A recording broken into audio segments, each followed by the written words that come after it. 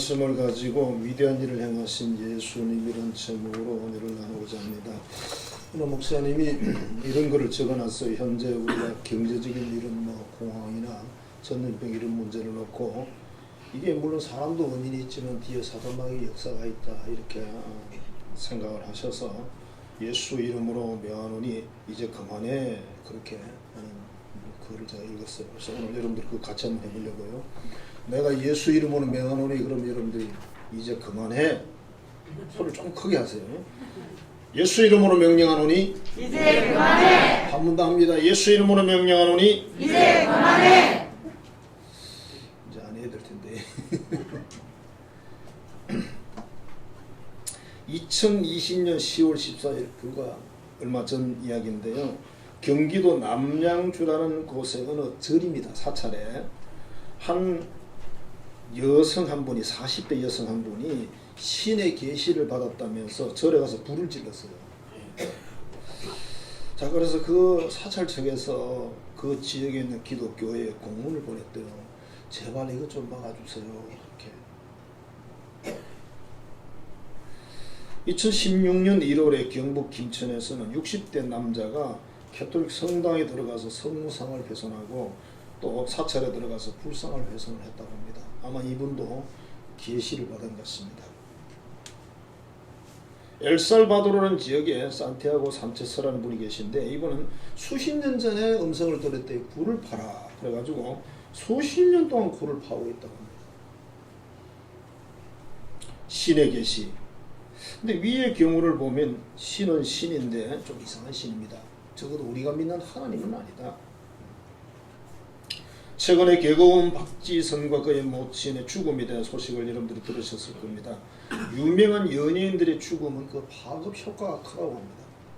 말하자면 따라 죽는다 이 말이에요. 2008년 10월에 최진실이 죽음 이후에 2달 동안에 1,008명이 목숨을 끊었다고 합니다.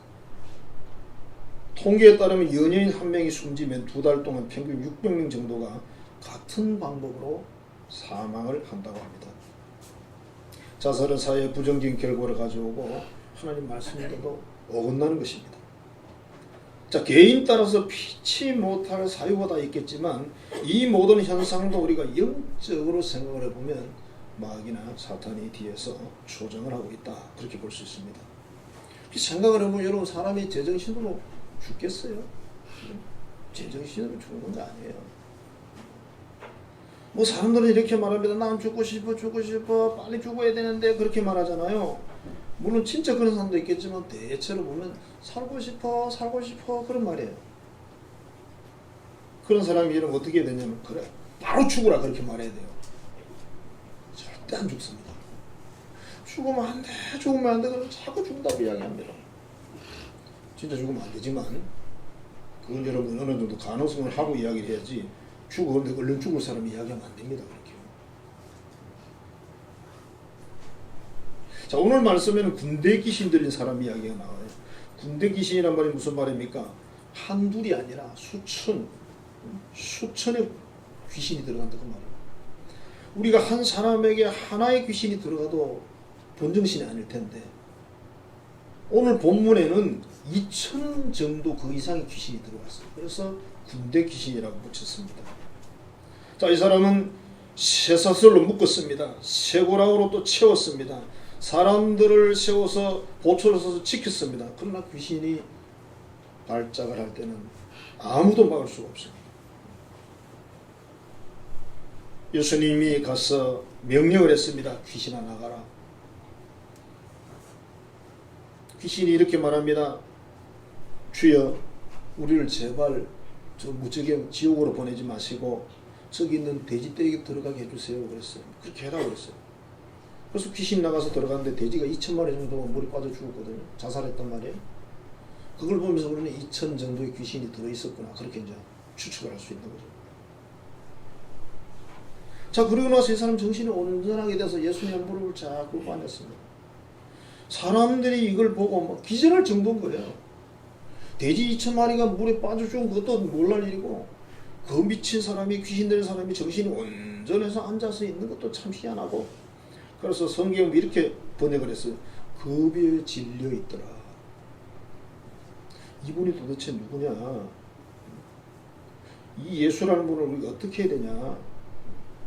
그래서 결국 예수님이 그 마을에서 떠나가 달라고 부탁을 하죠.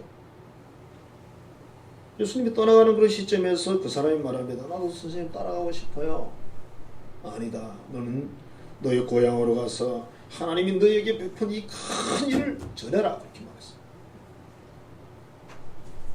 자, 오늘 말씀에서 우리가 정리를 해보면 사람이 있어요. 그 다음에 귀신이 있습니다. 귀신들도 있습니다. 귀신은 사람에게 들어오고 나갈 수 있습니다. 귀신은 또 누구에 들어가요? 동물에게도 들어갑니다. 나옵니다. 귀신 또 어떻게 할 수 있어요? 쫓아낼 수도 있습니다. 사람들은 귀신이 어디 있어요? 그렇게 말합니다. 성경에 귀신 참 이야기 많습니다. 예수님이 귀신 많이 쫓아냈어요. 우리 어릴 때도 귀신 이야기 참 많이 했습니다만 성경에 귀신 이야기가 많이 있어요. 귀신이 어디 있어? 그렇게 말하는 사람은 성경을 안 본 사람, 안 믿든지. 자, 이 사람이 가서 전파할 내용은 뭐냐면 주께서 큰 일을 행하셨다.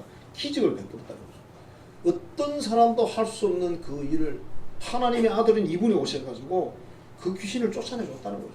누가 2000년에 되는 귀신을 쫓아낼 수 있겠어요? 그리고 너를 불쌍히 여긴 걸 사람들에게 전해라. 하나님이 내 인생을 얼마나 사랑하시고 자비를 베푸는지 전해라. 그 말이죠. 이게 바로 위대한 하나님의 일이라는 겁니다. 인생을 구원하고 생명을 주시고 영생을 주시는 것, 이게 바로 최고의 하나님의 위대한 일이다. 이 세상의 사람들은 많은 일들을 해놓고 얼마나 내가 위대하냐 그렇게 말하지만 하나님의 관점에서는 한 영혼이 구원받고 한 생명이 자유를 누리는 것, 그게 최고라는 거예요. 사람들은 그렇게 말하죠. 대를 위해서 서로 희생해야 된다. 그래서 수십만 명이 죽어도 눈도 깜짝하지 않는 권력자들이 많이 있죠. 그러나 하나님의 관점은 뭡니까? 한 생명, 한 영혼. 한 영혼이 천하보다 귀하다 해서 천하가 어딜까요? 우주일까요? 그렇죠? 적어도 지구만은 아니겠죠. 자, 그럼 오늘 이 본문 말씀에서 이 주인공으로부터 현대인, 현대를 살아가는 그리스도인이 받을 그 구원이나 자비나 기적은 뭘까? 또 은혜는 뭘까? 그렇게 은혜를 나누고자 합니다. 오늘 내용에 보니까 이 귀신 들린 사람이 하는 행동 중에 첫 번째가 오랫동안 옷을 벗고 살았다 그렇게 기록하고 있습니다. 옷은 신분을 나타내죠. 1950년 6월 25일 전쟁 당시에 어느 의대를 다니던 학생이 공산군에게 잡혀가지고 공산군복을 입고 끌려갑니다. 가다가 국군이 또 이 사람들을 어떻게 해서 잡아서 이렇게 말을 합니다. 네가 우리를 위해서 군의관이 돼 주겠느냐? 그래서 예 그랬더니 국군의 군복을 주더래요. 그래서 공산군의 옷을 벗어버리고 국군의 군복을 딱 입으니까 국군이 됐어요. 그러니까 옷 하나가 공산군이 됐다가 옷을 바꿔 입으니까 국군이 됐어요. 그러니까 옷이 이렇게 중요한 거예요. 사람은 입은 옷으로 신분을 우리가 알 수 있어요. 예비군 복을 입으면 아 예비군이구나. 군인복 입으면 군인이구나. 신사복을 입으면 아 저 사람 신사구나. 어느 회사의 사복을 입으면 아 어느 회사 직원이구나. 그래서 여기에는 권위도 있고 또는 책임도 뒤따라줘요. 옷에 따라서. 자, 옷은 몸을 보호하고요. 옷은 몸의 부끄러움을 가리는 그런 역할을 합니다. 창세기 9장에 보면 노아가 술에 취해서 옷을 다 벗고 누웠다. 이 노아라는 분이 술버릇이 안 좋은 거예요. 그래서 그 아들 하나가 가서 보고 나와서 또 이야기를 그대로 했어요. 아버지가 술 먹고 저렇게 옷 다 벗고 있다 이렇게 말하는 거 크게 잘못한 것도 없는데 그 내용을 보면 결국 그 함이라는 사람이 저주를 받죠. 자, 귀신 들린 사람은 제정신이 아닙니다. 그래서 무엇이 부끄러운지는 몰라요. 함부로 행동하는 거죠. 그러니까 옷은 부끄러움을 가린다고 했으니까 벗는 걸 이야기하죠. 그죠? 지금 우리 현대 사회의 문화가 뭡니까? 벗는 걸 좋아하죠. 많이 벗는. 자꾸 노출하는 거. 그 참 재밌는 게 뭐냐면 여자들은 자꾸 노출을 하고 남자들은 자꾸 입어요. 신기하잖아요, 여러분. 어떤 남자가 가슴 톡 내놓고 잘 없어. 어쩌다 한 명씩 있긴 있어. 그지? 있긴 있어. 남자들은 웬만하면 여름에 반바지도 밖에서는 잘 안 입어. 웬만하면.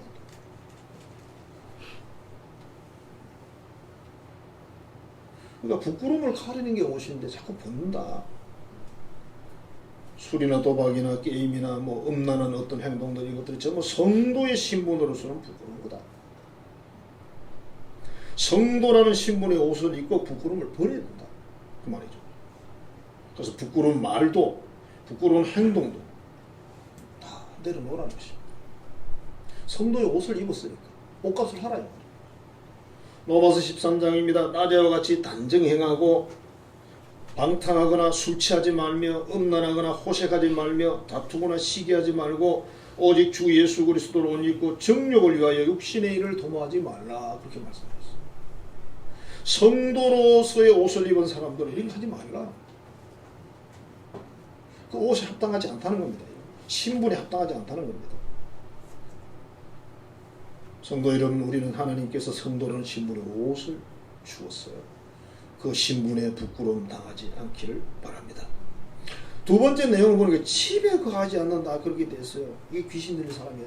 이 사람의 특징이에요. 오늘 본문에 나오는 사람 특징인데, 정상적인 사람은 집에서 가족과 함께 공동의 어떤 삶을 살죠. 그리고 사회에 그것을 또 기여를 하고 가정이 또 주 안에서 아름다우면 하나님의 뜻을 세상에 이루어드리죠. 집에 거하지 않는다는 것은 뭡니까? 방황한다는 것이고 방탕하다는 뜻이기도 합니다. 외박을 한다, 가축을 한다. 자, 그래서 이게 남편이나 아내나 자녀들이 집에 안 있다. 하나님이 그 가정이란, 집이란 표현은 가정을 말하는 건데요. 자, 이걸 깨트리는 탕자들이 저 밖에만 있으면 이게 바로 귀신 들리는 그런 문화라는 거예요.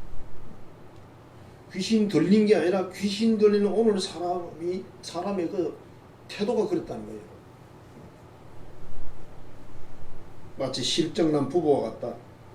처음 인생의 반려자를 만났을 때는 얼마나 가슴이 설레이고 감동적이었던지, 그러나 지금은 아니다.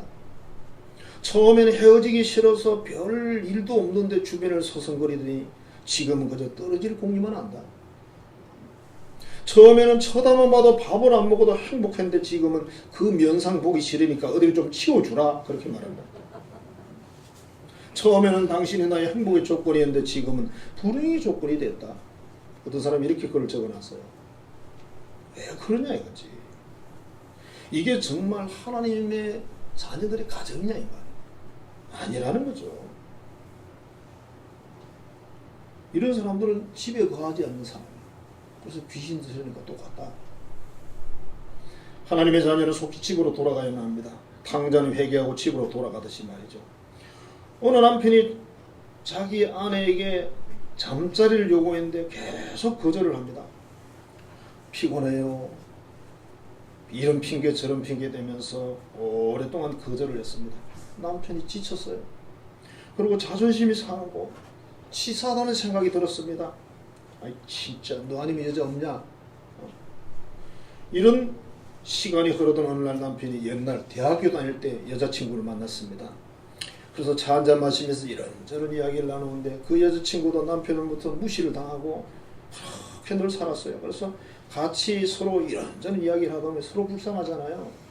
그래서 자주 만나 밥도 먹고 차도 마시고 하다 보니까 뭐 일이 잘못됐어요.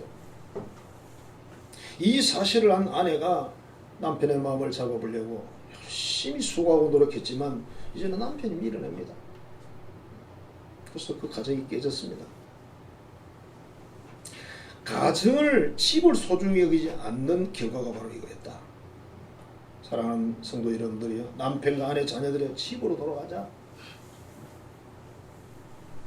가족 중심으로 뭉쳐서 하나님보다 더 가족을 사랑하면 그건 아니에요. 그건 왜곡된 사랑입니다. 그 사랑 오래가지 않습니다. 문제 생깁니다. 육신의 행복은 가정이 있는 집이고 영혼의 행복은 뭡니까? 하나님의 성전이 집이잖아요. 집 중에 최고의 집이 바로 하나의 성전이다. 귀신이나 마귀 유혹을 이기기 위해서는 가정으로 돌아가야 된다. 가족이 있는 가정으로. 또 하나님 있는 성전으로 말이죠. 우리 찬송가 275장에 후렴 부분에 이렇게 되어 있어요. 나 집에 돌아갑니다. 어머니 기도문이죠.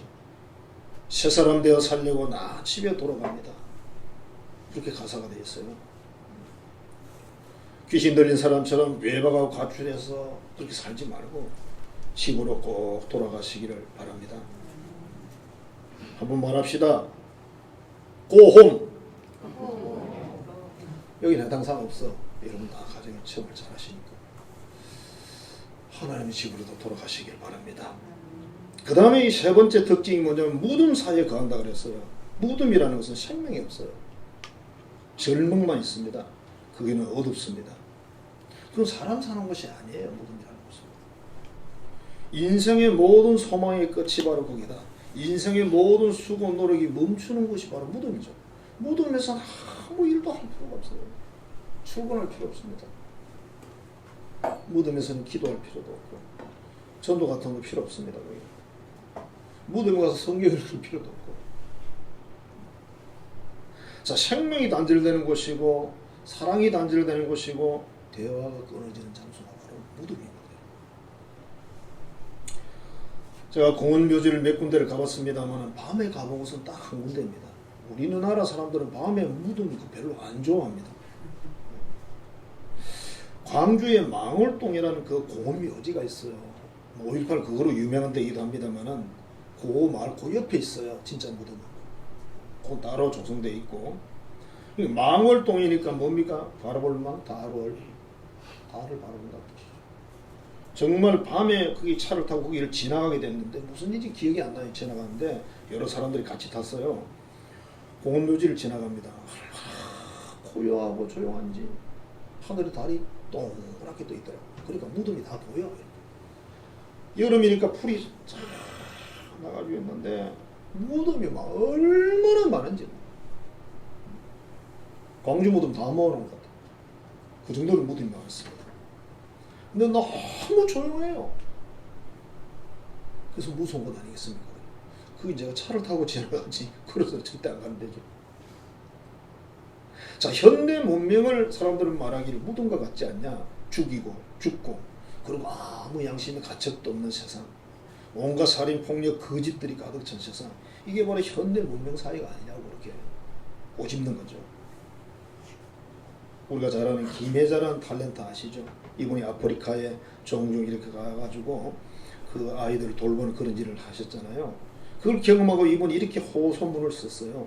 지금 이 순간에도 지구상에서는 4초마다 1명의 아이가 전쟁이나 기아로 죽어가고 있다. 제 계산해 보니까 일본에 15명이에요. 매일 5,000명 정도 아이들이 먹을 게 없어가지고 죽거나 전쟁터에 총알맞이가 되고 있습니다. 그리고 2억 5천 명 정도의 아이들이 고된 노동에 시달리고 있습니다. 언제까지 이 아이들이 고통을 당해야 할까요? 그 다음 글이 이렇게 되어 있어요. 이런 상황에도 지구촌 한 구석에서는 배부름에 미친 사람들이 있습니다. 배가 불러 배 터진 사람들이 있다는 뜻이에요. 그리고 김 회장은 또 이렇게 말합니다. 만일에 고릴라 300마리가 죽었다고 하면 연일 신문과 방송에서 떠들어댈 거다. 그러나 하루에도 수백 명씩 죽어가는 아이들에 대해서는 침묵하는 이상한 세상이다. 참 이상한 세상이에요. 지금 우리가 살아가는 이 세상의 문화는 한 생명이나 한 영혼에 대해서 관심이 없는 세상이에요. 우리 옛날 어린 시절에는 그런 말 했잖아요. 콩 하나 가지고 쪼개서 나눠 먹는다고. 쪼개서 이웃집에도 줘요. 자기 집만 먹는 게 아니고. 그만큼 정이 있었습니다. 그때는 정말 못 살았어요. 근데 지금 여러분 잘 사는데 정이 있어요? 없어요? 없어요.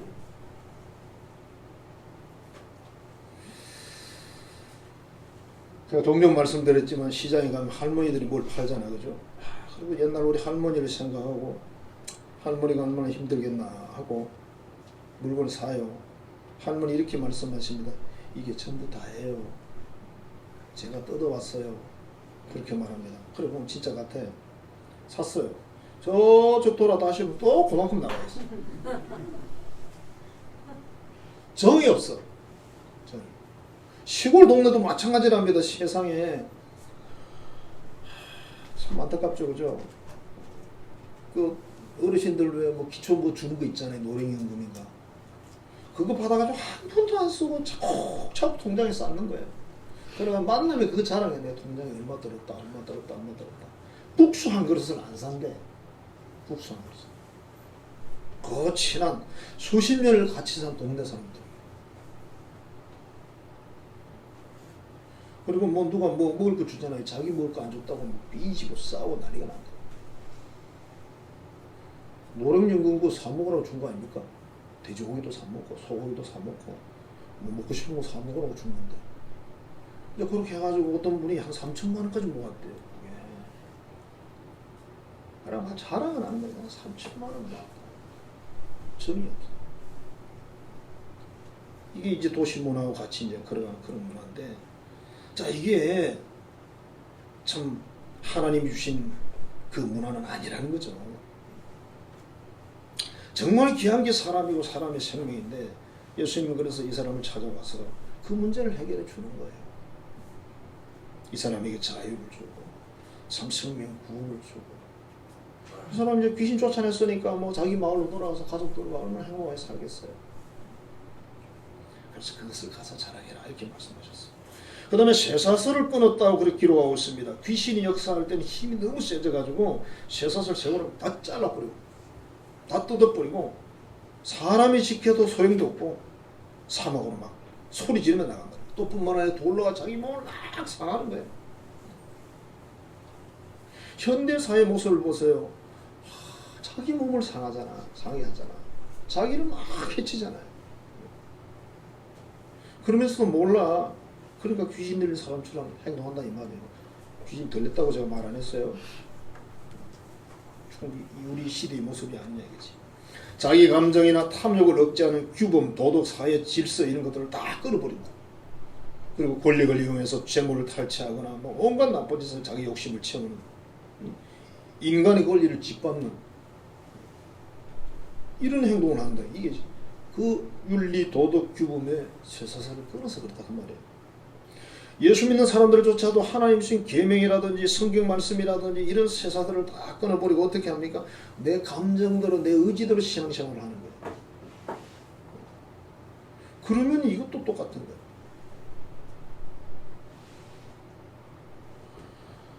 우리는 예수님께로 하나님의 계명대로 하나님 주신 말씀대로 이 사슬을 지켜야 됩니다. 이 사슬이 바로 우리를 지켜주는 그 하나님의 귀한 것이 되는 거죠. 여러분의 삶에서, 신앙의 삶에서 이 사슬을 꼭 지키시기를 바랍니다. 자, 하나님께서 큰 일을 하셨다 그랬어요. 자기 힘으로 전혀 인생을 통제가 안 되고 귀신이 뭐 2000이나 들어서니 어떻게 할 수가 있겠어요. 이런 인생을 예수님이 찾아오셔가지고 영혼을 구원하고 그 육신을 구원하는 이 일, 이게 성경에서 위대한 일이라고 했습니다. 큰 일을 행하신 예수님이라고 했습니다. 사람이 구원을 받아 영생의 축복을 받고 인간성이 회복되고 이 땅에서 참 하나님이 창조하신 그들의 자유를 누리는 자유인이 되었다면 이게 바로 하나님이 하신 큰 일이라는 거예요. 우리 자신이 그와 같은 은혜를 입어서 그런 삶을 산다면 이게 하나님이 하신 큰 일이라는 거죠. 이 사람이 살아보면요, 자기 생각을 고치는 게 쉽지 않아요. 자기 삶의 스타일을 바꾸는 게 쉽지 않습니다. 우리는 하나님의 말씀 앞에서 하나님의 사랑 앞에 이거 바꿔야 돼요. 나를 변화시켜 줘야 됩니다. 그럼 여러분이 가장 행복하고요, 여러분 가족이 그 다음 행복하고요, 여러분 이웃들이 행복합니다. 우리는 행복한 삶을 살아야 되잖아요. 자, 벗고 사는 부끄러운 인생이, 정신이 없는 인생이 제정신으로 돌아오는 게 하나님의 큰 일입니다. 세상에 무엇인가에 우리가 휩싸여가지고 부끄러운 줄도 모르고 그게 안 좋은 일인지도 모르고 막 살던 사람이 하나님 말씀을 듣고 그 계명을 따라 살아서 변화되는 삶이 하나님의 큰 일이라고 했어요. 집에 거하지 않는 인생이 탕자처럼 다시 돌아오는 것, 가정이 회복되는 게 이게 하나님의 큰 일이라는 겁니다. 무덤 사이에 거하는 인생이 젊은 어둠 소망이 하나도 없던 그런 인생이 새 생명으로 변화되는 이게 하나님의 큰 일이라는 겁니다. 쇠사슬을 끊어버리고 자신의 감정이나 탐욕, 정욕 중심으로 살던 그 인생이 이제는 하나님의 계명과 하나님 말씀을 지키고 이 사슬에 스스로 매여서 살아가는 게 하나님의 큰 일이라는 겁니다. 사랑하는 성도 여러분, 이 세상 많은 사람들이 뭘 만들어놓고 그게 큰 일이라고 생각합니다. 잘한 일이라고, 위대한 일이라고 생각합니다. 그런데 하나님은 그 일을 다 끊어버리고 쇠사슬을 끊어버리고 이 사슬에 매여서 살아가는 게 하나님의 큰 일이라는 겁니다. 사랑하는 성도 여러분, 이 세상 많은 사람들이 뭘 만들어놓고 그게 큰 일이라고 생각합니다. 잘한 일이라고, 위대한 일이라고 생각합니다. 그러나 한 영혼 한 생명이 하나님께 돌아오고 참 하나님이 창조한 그대로 자유를 누리고 구원의 은혜를 입고 그 안에서 행복에 사는 게 이게 하나님의 큰 일이라. 여가도 축복을 여러분들이 다 받았으니까 잘 받아서 누리시고 또 그 사람에게 말씀하신 것처럼 가서 증거하라 그랬잖아요. 사람들에게 나눠줄 수 있기를 주의 이름으로 축복합니다. 기도하겠습니다. 하나님 감사합니다. 사랑합니다. 오늘도 귀한 말씀을 나눴습니다.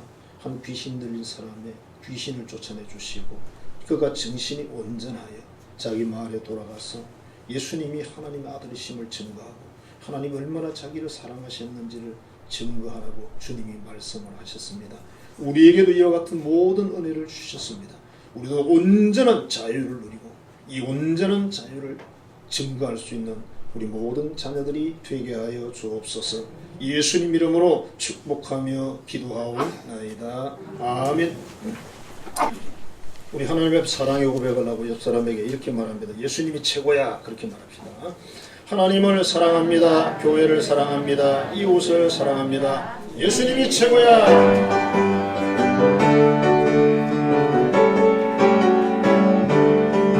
사랑하며 섬기겠어요.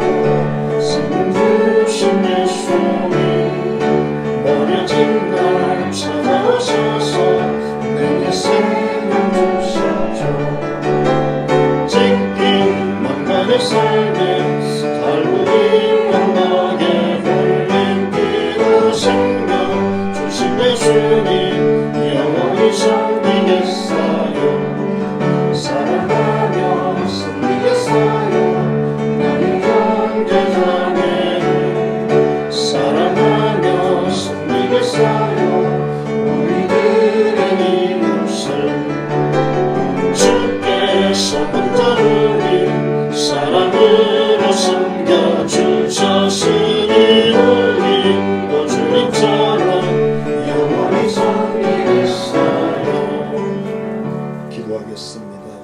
이제는 어둠과 절망 중에서 우리를 건져내사 구원해 주신 우리 구주 예수 그리스도의 은혜와 그 아들을 아끼지 아니하시고 우리 위해 이 땅에 보내시며 십자가 지게 하신 하나님 아버지의 지극히 크신 사랑하심과 오늘도 우리 안에 계셔서 모든 것을 이끄시고 인도하시는 성령의 교통교제하시는 역사가 빛으로 살고 능력으로 살고 이것을 나누며 살기로 결단한 하나님의 모든 자녀들의 머리 위에 그들의 가정과 삶의 터전 위에 이제부터 영원토록 함께 하시기를 간절히 축원하옵나이다. 아멘. 축복하소서 축복하소서 한없는 축복을 내려주소서.